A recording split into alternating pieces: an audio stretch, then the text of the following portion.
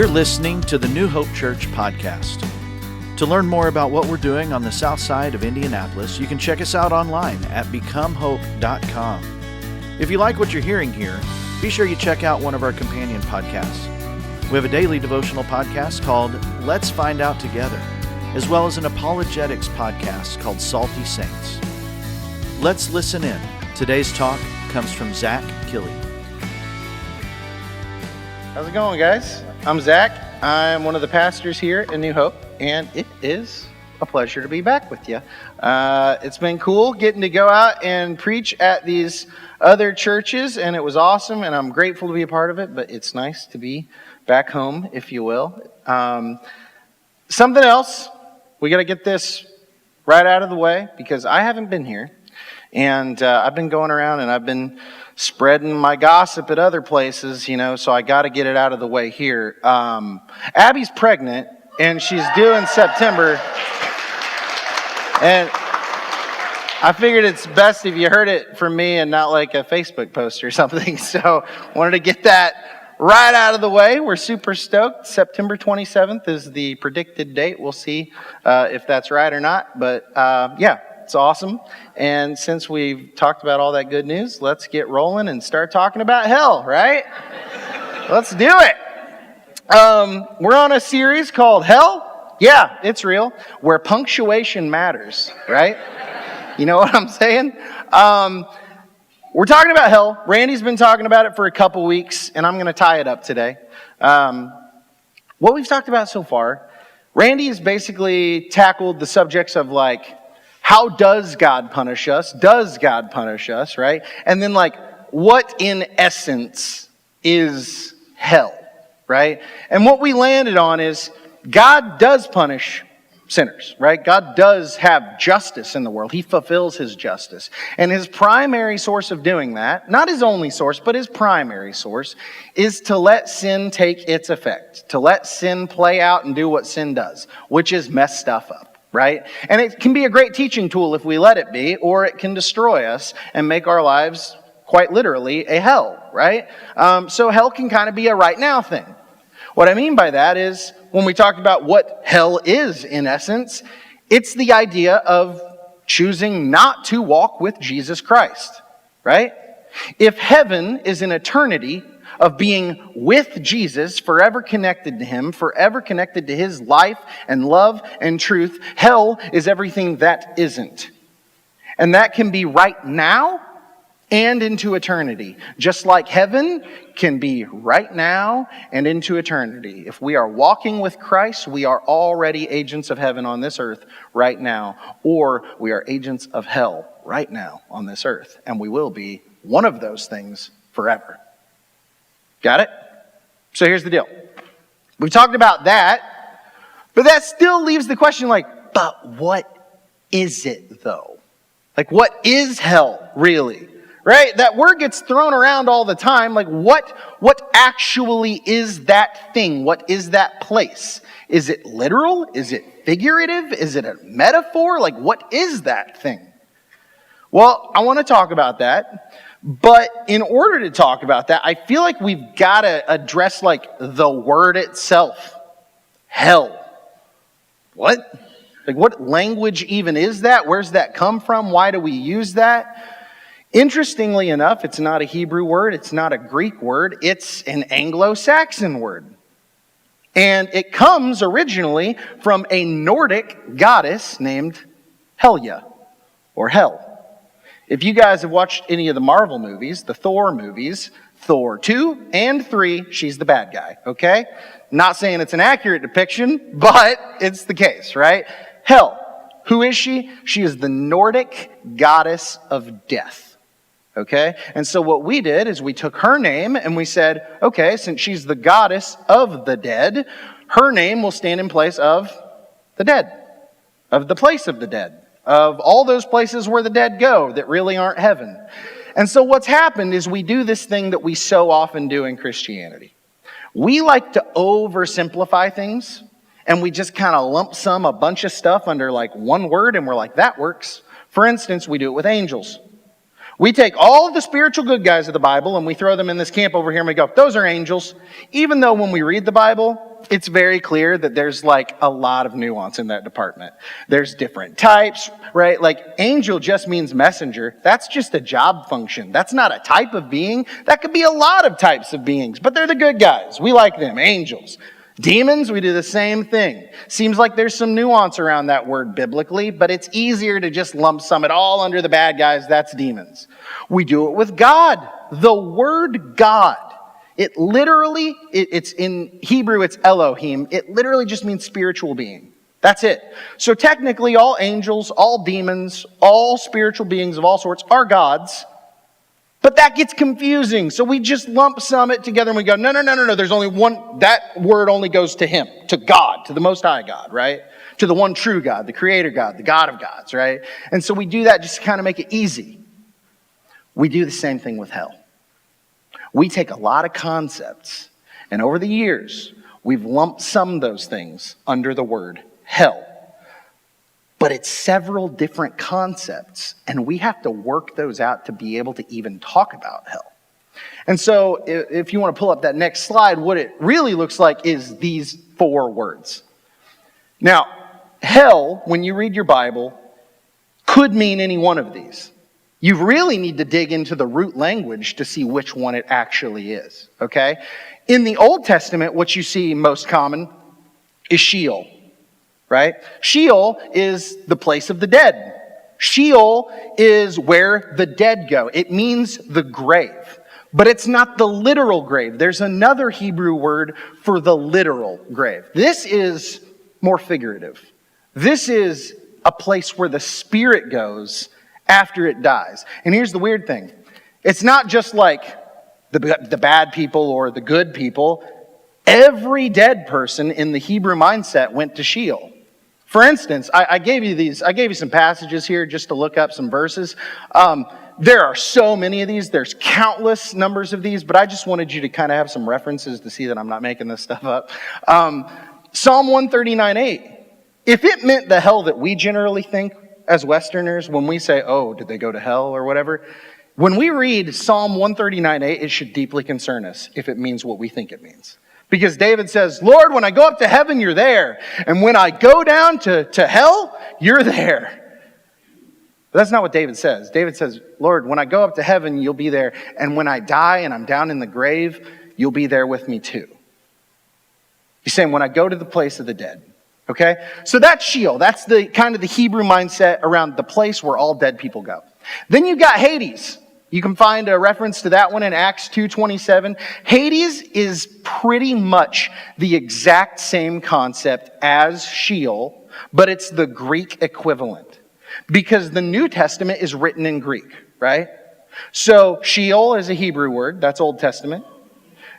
Hades, that's the god of the dead to the Greeks. So in Greek, just like we've made hell, the Nordic goddess of death, the overarching word, Hades in Greek is the same concept. So Sheol, Hades, same basic concept, just 2 different cultures, and you'll see that difference between the New Testament and the Old Testament. Here's the third one. This one's weird. Tartarus. Do I have any Greek mythology nerds in here? Anybody? Yeah? Kind of. Love it. Love it. So, in Greek mythology, I'm sorry, I'm probably going to botch this, but we'll try and get through it the best of our ability. In Greek mythology, you've got the Titans, okay?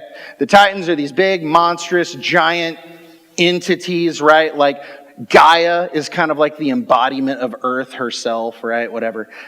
You've got all these Titans. And then you've got the gods. The gods and the Titans wage war with each other at some point. The gods went out and they imprisoned the Titans in Tartarus.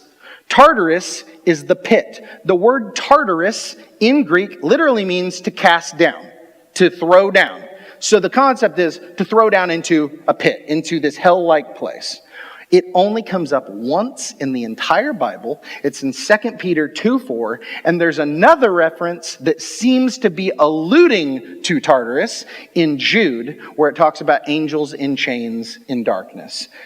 Very similar to the 2 Peter verse.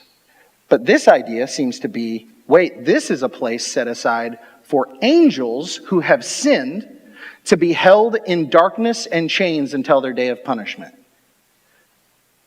Here's why I'm going through all these things here, guys. Have you heard anything so far that sounds like what we mean when we say hell? No. Right? So then what do we mean when we say hell? We can talk about all these words. They're great. They all have meanings, and you should know them. And you should know that when you see the word hell in your Bible, you need to dig in and see which one it's actually talking about. And I'm just going to tell you right now, if you're reading King James, it's the absolute worst about doing this. It lump sums everything under hell. NIV does it a little bit less, and maybe once you get into some more modern texts, they do a better job of parsing these out.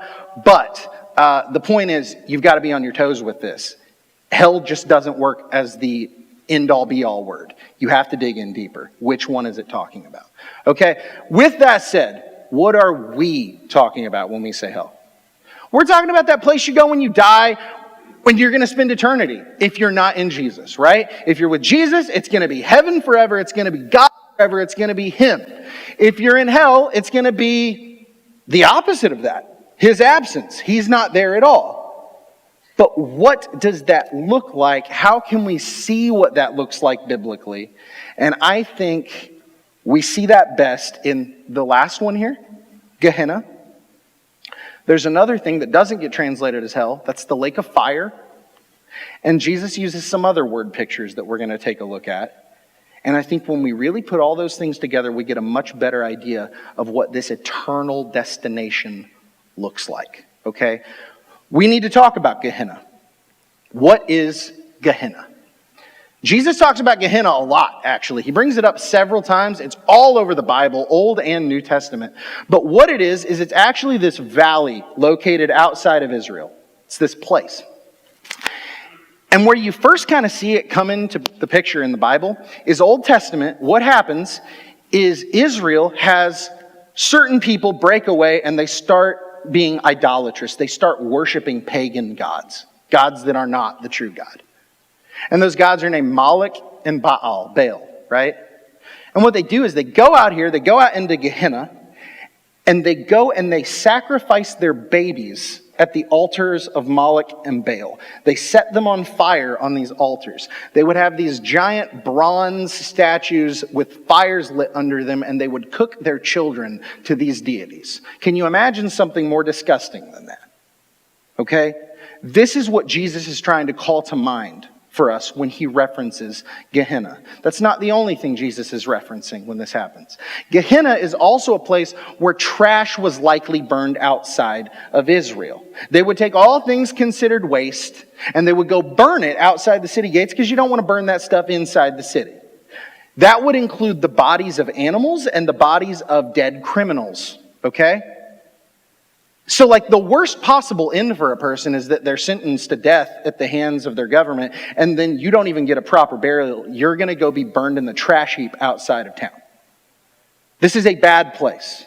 When you think of Gehenna, you're supposed to think of sin. You're supposed to think of child sacrifice. You're supposed to think of death. You're supposed to think of bodies and rot and trash and fire. This is the worst place. And Jesus wants all those pictures to come to mind for you when he talks about Gehenna. So what does Jesus actually say about this place? Well, let's jump over to Matthew 10:28 and take a peek.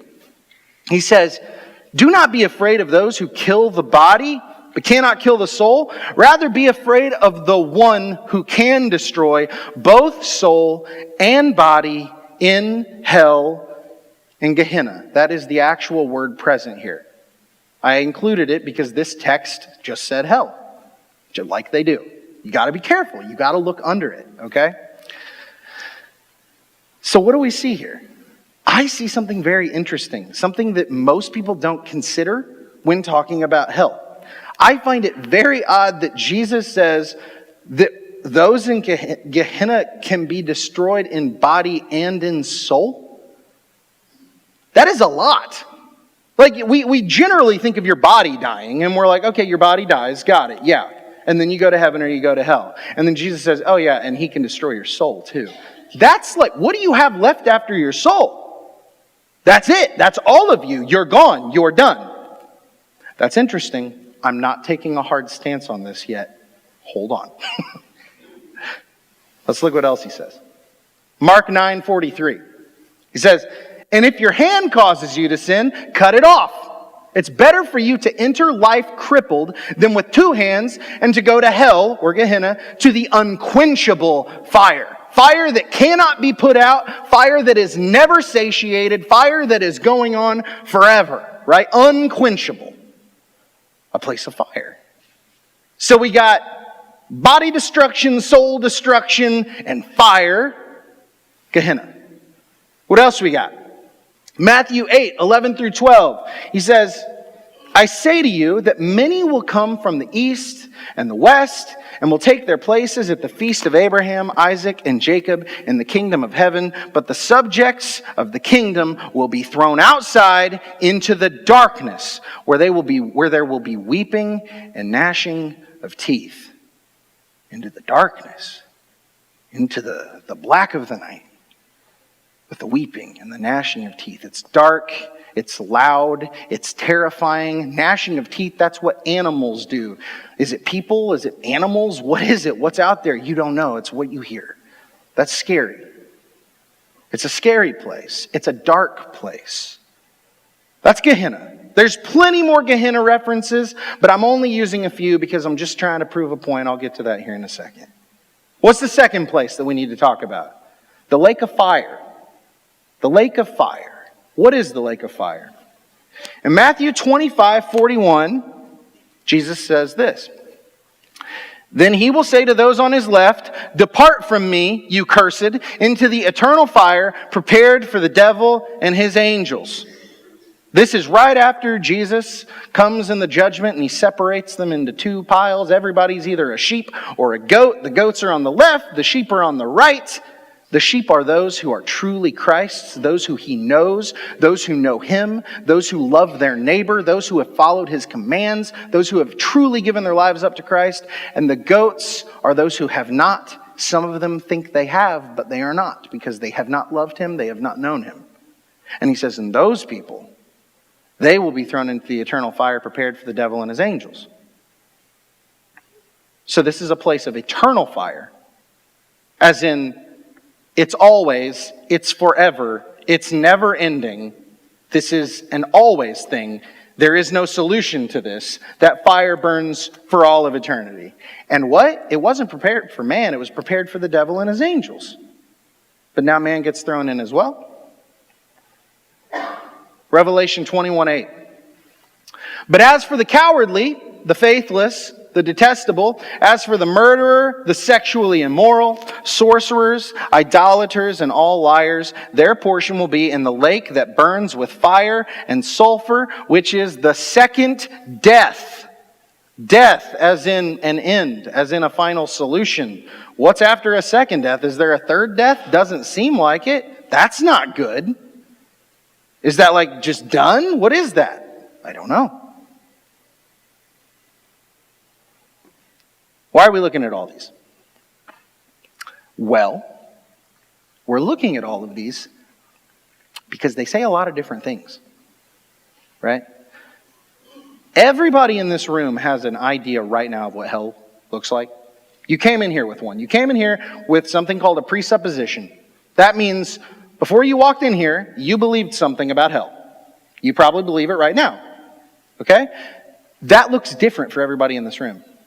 Okay? Some Christians say hell's this place where you're going to be tormented for all of eternity, right? You're going to be like in this everlasting fire that just burns you forever, right? Some people are like, no. It's going to be like you're going to be cast out away from God and you're going to live separate from him and you're just going to like live in this place void of God. And so it's like all that goodness, all that residual goodness that's in our lives right now from God, even if we don't follow him, that won't be there. So it'll just be the worst of life all happening to you, right? That's one way of looking at it. There are people called annihilists that believe your soul dies and you cease to be. You're no more. Which is it? Which is it? I'm not really here to try and convince you of any of these positions, to be quite honest with you. I've got my own leanings, and we can talk about that sometime, but I don't really think that's the point. When I read Jesus' words, he's like, yeah, it's a giant garbage heap made of fire, and you're going to go out there and you're just going to burn in it, right? But then he's like, oh, it's a lake made of fire. It's actually a lake. It's not a landfill. It's a lake. So it's watery fire stuff. And then he's like, oh, but actually it's outer darkness. You guys ever seen fire before? Not real dark, unless you're Ricky Bobby. Unless you're Ricky Bobby. He ran around on fire, nobody else could see it. But that's car fuel, and I don't think they had that back then, so I don't think Jesus was referencing that. You know what I'm saying? Like, what I'm getting at here is if Jesus is speaking literally about hell, he's contradicting himself. Unless he's not speaking literally about hell. Maybe what Jesus is doing is Jesus is taking a whole bunch of scenarios and he's going, look, I'm speaking to an audience that lives in a particular part of the world at a particular time. They understand fire. They understand darkness. They understand these things. They understand scary noises in the dark. And he's saying, hey, I want you to imagine right now a place, it's a landfill. It's rot. It's garbage. It's maggots feasting on your corpse. And you're going to go out there and you are just going to rot for eternity in fire and be tormented forever. Can you imagine that? That's not good. That's not good. You shouldn't want that. You shouldn't want that for anybody. I think Jesus is saying, oh, actually, no, it's like this lake that you're thrown into where you're literally going to be on fire forever.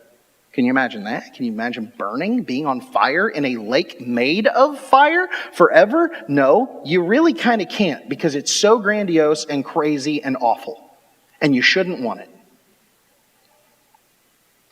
Jesus is kind of saying, hey, I want you to imagine that you're like invited to this great kingdom, but then you don't want any part of that. And so you're cast out into this place where there's nothing but pitch black everywhere you look around. And the only sound you can hear, close your eyes for real, think about this. The only sound you can hear forever is people wailing in pain and agony and people gnashing their teeth like animals. Can you imagine that? That doesn't sound good. I think Jesus is saying, hey, I want you to imagine going to a place where God is actually going to destroy your soul and body for eternity. You will cease to be. You will be nothing. You will not exist. There is nothing to you anymore. Can you imagine that? That doesn't sound good. I don't think Jesus is nailing down any one point about what hell is. I think Jesus is trying to paint word pictures so we get an idea of a place that we don't want to go. See what we did? We went, hey, they just oversimplify everything about the Bible. We got to open it up and get all the details so we can simplify it back down to, you don't want to go. That's it. That's the whole point Jesus is trying to make. Hell is not the kind of place you want to be. It's not the kind of place you should want to go. And better yet, it's not the kind of place you should want anyone else to go. Right? It's forever. It can't be undone. This is the final solution. This is God's justice playing out in full. There is no take backs. It's over. That's it. And so what Jesus is boiling this down to is like, yeah, Jesus talks about hell a lot. A lot. He probably talks about hell more than he talks about heaven. But at the end of the day, hell is never the point. Jesus is trying to show people the predicament they're already in. And he's saying, I'm the one way out. Jesus is just pointing everything to him as the solution to this issue. If somebody doesn't know Jesus, if somebody does not know God, if they are not walking with God, they're already in hell, and they are choosing to spend eternity in hell. That's a whole lot of people right now. We've talked about this statistic a million times. I will keep bringing it up. 7 out of every 10 people on earth right now. That's 7 out of every 10 people you know. That's the people you love, your friends, your family, your coworkers, everything are going to hell if they die right now because they don't know Jesus Christ. Weeping and gnashing of teeth, eternal fire, eternal darkness, soul death. I don't know, but it's not good. And that's their destination if nobody jumps in and tries to do something about it. We can oversimplify this message, right? Because it's kind of a weird message. This is maybe one of my more like, hey, let's just read the Bible and see what it says kind of messages. Let's just look at the text. Let's just keep it basic. It's so simple. Hell is bad. You don't want to go there. You don't want the people you know to go there. So then do something about it. That's the application. That's what we've got to have on our minds, right? Lucky for you, if you know Jesus, if He is your God, if He is your Savior, if He is your Lord, He lives in you. His Spirit, His Holy Spirit, the Spirit of God Himself lives in you, and He has commissioned you with the job of being His messenger to go out into the world and to tell people this isn't the only way. You don't have to go out without God. You don't have to be good enough for Him. You don't have to do anything because He did everything. He paid the price for your sin. You're an enemy to God right now? Well, you don't have to be because Jesus Christ died for you and He loves you and He wants a relationship with you forever. That's what heaven is. And to the person that hates God, that sounds like hell. That sounds awful. They don't want to be with Jesus forever. But to the person you tell that to, and the Holy Spirit sows a seed in that person's heart, and they hear it for the first time, maybe they've heard it 1,000,000 times, but for the first time, God, just because this is the right moment, makes it click, and they realize this is the truth, and they give their life to Jesus, you've saved that person. You have partnered with God to save that person's life, their soul, for all of eternity. That's what we're called to. That is our job as followers of Jesus. And I mean, how blessed are we as followers to know, like, I'm good. I'm set. I'm square. Jesus already paid it. But at the exact same time, we can't get comfortable there. We have to keep in mind, look, there are people out there who don't know Him. And so I want to rest on this passage. Matthew 25:46. We already talked about when he puts them into the two camps, the sheep and the goats. When he ends it here, he says, then they will go away to eternal punishment, meaning those that didn't know Him, but the righteous to eternal life. And remember, we're not righteous because of anything we do. We're righteous because of Jesus. Our goal is to make sure we have done everything in our ability. And we've only got so much ability, I understand that, but everything we can to ensure that that number of righteous people is a whole lot bigger than it is right now. That's it. It's not a fancy message today. It's pretty basic. Hell's complicated. It's not easy to talk about. There are no simple answers here. We can go argue in the foyer about it if you want. We'll be there for hours, but at the end of the day, we oversimplify things because we kind of have to. Hell is bad. Love your neighbor enough to ensure that they don't go there. Let's pray about that. Father,